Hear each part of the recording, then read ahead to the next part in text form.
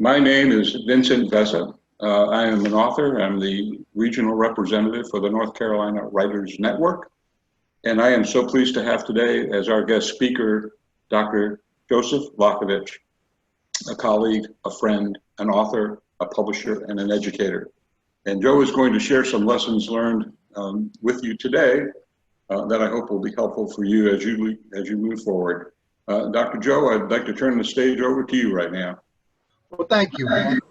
It's such a pleasure to be able to talk to you and to talk to your audience and to share with you some of the things that we've learned along the rocky road of life and hopefully the rocky road of success. So if there is one universal that I could share with all of you, whether you're a new author or you're an entrepreneur or you are wanting to take a risk, don't be afraid. Don't be afraid.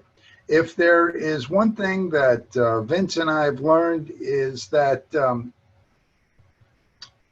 you are going to succeed, that success is a journey, it's not a destination, and there are going to be times along the way when you are absolutely thrilled, and then there's going to be other times when you are going to just wonder what you're doing. But if there is a universal, it's that you don't give up. You replace fear with faith.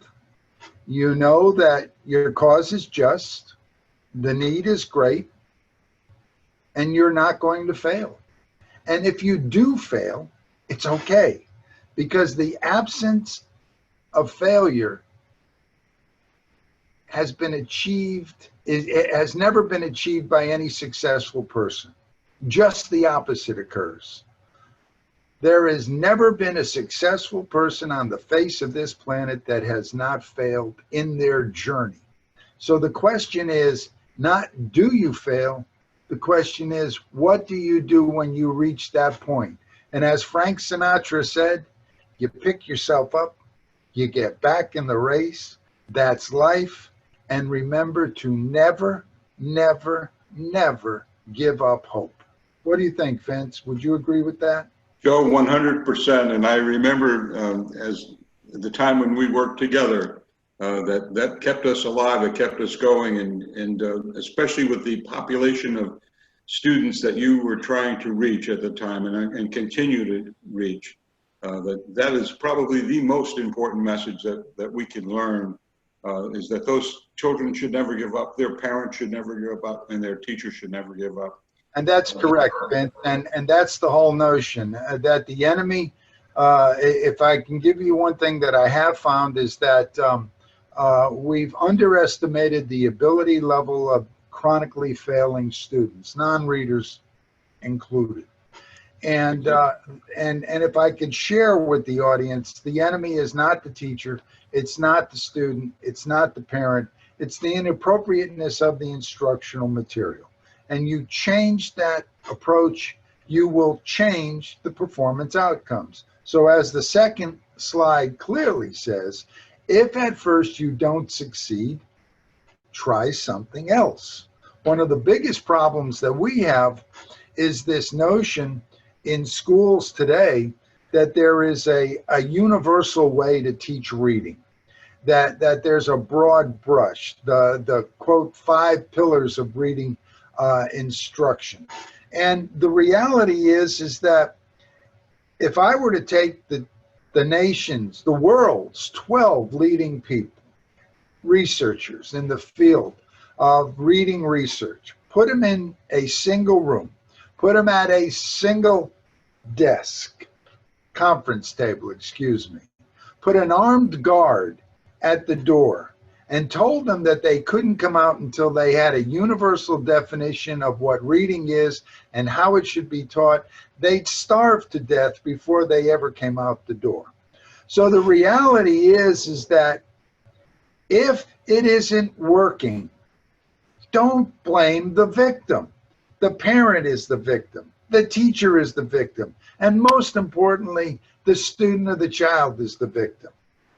When you reach failure, look for an alternative.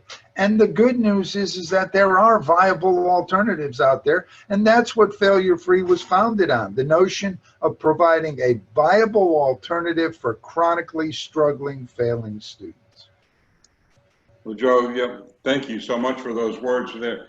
You know, I know that one of the reasons you're on this call, we reach out to authors, and your book that was published just recently is The Failure-Free Reading Methodology, which is new hope for non-readers. I wonder if you could share a little bit about your experience in writing that book and what you hope readers will gain from the knowledge of reading that book. Well, the book is really we're getting ready for a second edition, Vince, to be honest with you. It's been around a bit, but it is a 30-year quest. And in that quest, I've been seeking answers to one particular question. All things being equal, why do we have those kids who don't respond to conventional instruction? And let me give you a quick few figures, Vince. 440,000, 8 million, 3,026 seconds. You ready for what that means? Yeah, tell me, Joe. Okay. Well, number one, in the past decade alone, we've spent close to $1 trillion in trying to improve reading results in the United States alone. I asked the question, how do we do? And that starts with 440,000. Conservative estimates are that we currently have in grades 1 through 12, not counting adults, 440,000 students who have a total reading vocabulary of 50 words or less. Wow, that is just it's sad news, Joe, on the one hand, but the good news is that you have hope for those non-readers. I'm impressed with a chart that you put together, and it's going to come up on the screen in just a moment, that kind of talks about America's low literacy umbrella, and perhaps you could share a little bit about that and what you're trying to get done. And that's correct. And why do I say low literacy umbrella? Because you still have 8 million students in grades 3 to 8 who cannot read on grade level, 3,000 students who drop out of school every day, 1 every 26 seconds. So I created what I call this low literacy umbrella. And what I mean by that is this: if there's one universal reading research fact that you can take to the bank, it's that all reading programs work, but they don't work for all students. You know it as a former educator yourself. There is no broad brush, there is no one way. My research has indicated that there's actually 3 broad groups that fall under the low literacy umbrella. One is called the poor readers, the kids that are a little bit behind. Then you have the struggling readers, the ones that are moderately to significantly behind. And then at the base of everything, you have what I call the really, really, really struggling readers. I'm pulling my hair out at the roots. I don't know what to do with this kid's driving me crazy kid. That's my population. I'm talking about kids who are on the spectrum, ASD, in autism, kids who are intellectually disabled, kids who have severe learning disabilities, kids who are at risk, minority, English language learners, those kids that fall in that 0 to 10th to 15th percentile. That's my population. Those are the kids where they need a truly atypical intervention to meet their unique needs. Well, Joe, I am so thrilled that your program is having such success in the marketplace, and that you're helping so many students that have just been overlooked. My hat's off to you. This is the first of many lessons learned videos, Joe, that we'll be putting together, and hopefully over the next coming weeks and months, we'll be able to share drill down information with our viewers. I'm hoping that they'll be able to reach out to you at www.failurefree.com If there's any last thoughts you have, Joe, before we end this conversation, let us know. Otherwise, we'll end the discussion here and look forward to the very next conversation we have with you online. Well, Vince, I'm thrilled to have this opportunity. I look forward to the series of discussions that are going to be coming. But I'd like to end the way I began, and that is with never give up. Never give up. Don't blame the student.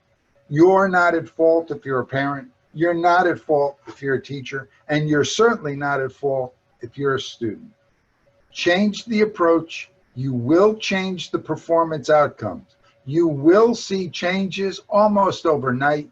You'll see yourself doing, or you'll see your child doing, or you'll see your student doing things at levels you never thought possible. Wow. Well, what a great way to inspire people. And I really thank you, Joe, for your time.